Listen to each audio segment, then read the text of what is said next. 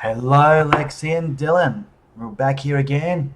So they've just gone back to the flock, and let's just see what their reactions are, eh? Oh, here we go.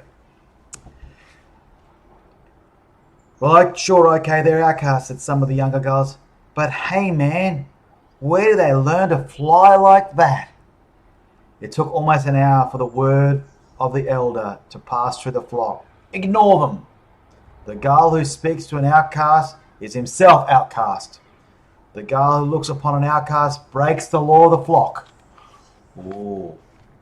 Grey feathered backs were turned upon Johnathan from that moment onward, but he didn't appear to notice.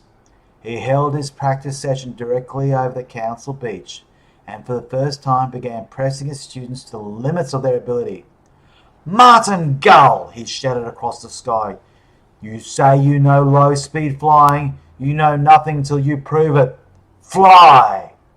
So quiet little Martin William Seagul, startled to be caught under his instructor's fire, surprised himself and became a wizard of low speeds.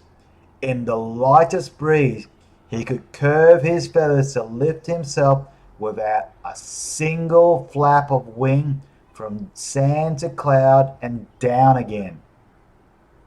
Likewise, Charles Roland Gull flew the great mountain wind to 24,000 feet, came down blue from the cold, thin air, amazed and happy, determined to go still higher tomorrow.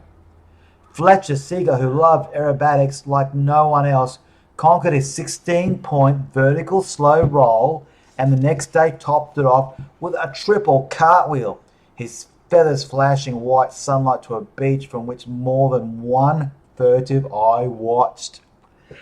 Every hour, Johnathan was there at the side of each of his students, demonstrating, suggesting, pressuring, guiding. He flew with them through night and cloud and storm for the sport of it, while the flock huddled miserably on the ground. Jeez. When the flying was done, the students relaxed on the sand, and in time they listened more closely to Johnathan. He had some crazy ideas, and they couldn't understand, but then he had some good ones that they could. Gradually, in the night, another circle formed around the circle of students. A circle of curious girls listening in the darkness for hours on end, not wishing to see or be seen of one another, fading away before daybreak. It was a month after the return that the first gull of the flock crossed the line and asked to learn how to fly. In his asking, Terence Lowell Gull became a condemned bird, labelled outcast, and the eighth of Johnathan's students. The next night from the flock came Kirk Maynard Gull, wobbling across the sand, dragging his left wing to collapse at Johnathan's feet. Help me, he said very quietly, speaking in the way of the dying speak. I want to fly more than anything else in the world. Come along then, said Johnathan. Climb with me away from the ground and we'll begin. You don't understand. My wing. I can't move my wing. Maynard Gull, you have the freedom to be yourself, your true self, here and now. Nothing can stand in your way. It is the law of the great gull, and that law that is... Are you saying I can fly? I say you are free. As simple and as quickly as that, Kirk Maynard Gull spread his wings effortlessly and lifted into the dark night air. The flock was roused from sleep by his cry. As loud he could scream it from 500 feet, I can fly! Listen, I can fly! By sunrise, there were nearly 1,000 birds standing outside the circle of students, looking curiously at Maynard. They didn't care whether they were seen or not, and they listened, trying to understand Johnathan Seagull. He spoke of very simple things, that it is right for a gull to fly, that freedom is the very nature of his being, that whatever stands against that freedom must be set aside, be it ritual or superstition or limitation in any form.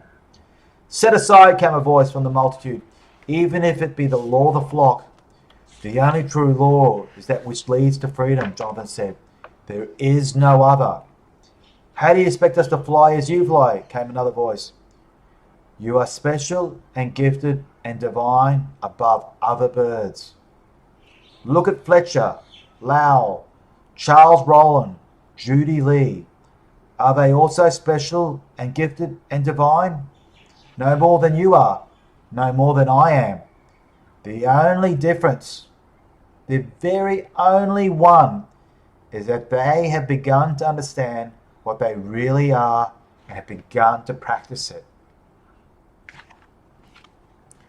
His students, save Fletcher, shifted uneasily. They hadn't realized that this was what they were doing. The crowd grew larger every day, coming to question, to idolize, to scorn. They are saying in the flock that if you are not the son of the great gull himself, Fletcher told Johnathan one morning after advanced speed practice, then you are 1,000 years ahead of your time. Johnathan sighed.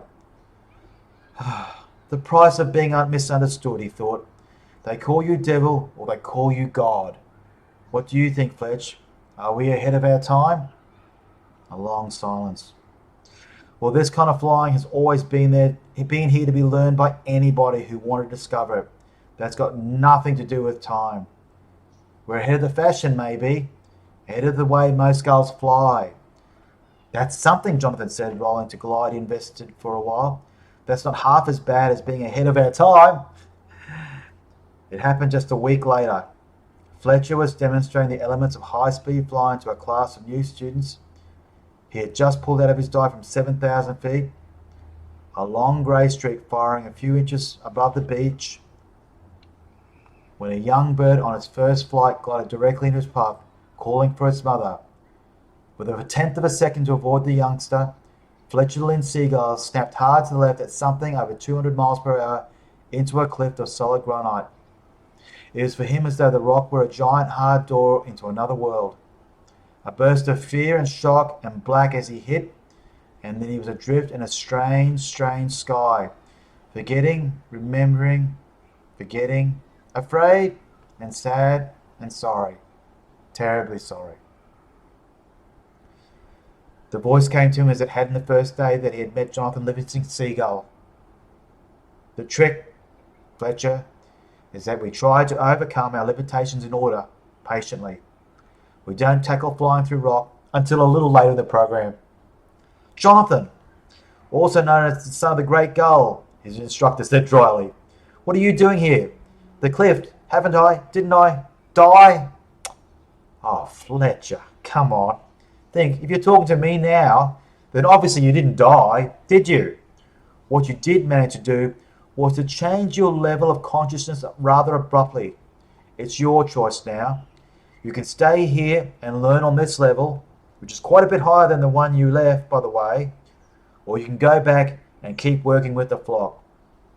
The elders were hoping for some kind of disaster, but they're startled that you obliged them so well. Well, isn't that amazing? I hope you soar high, babies. Soar high. Feel free. Love you. Talk to you again soon with the rest of the story tomorrow. Mwah!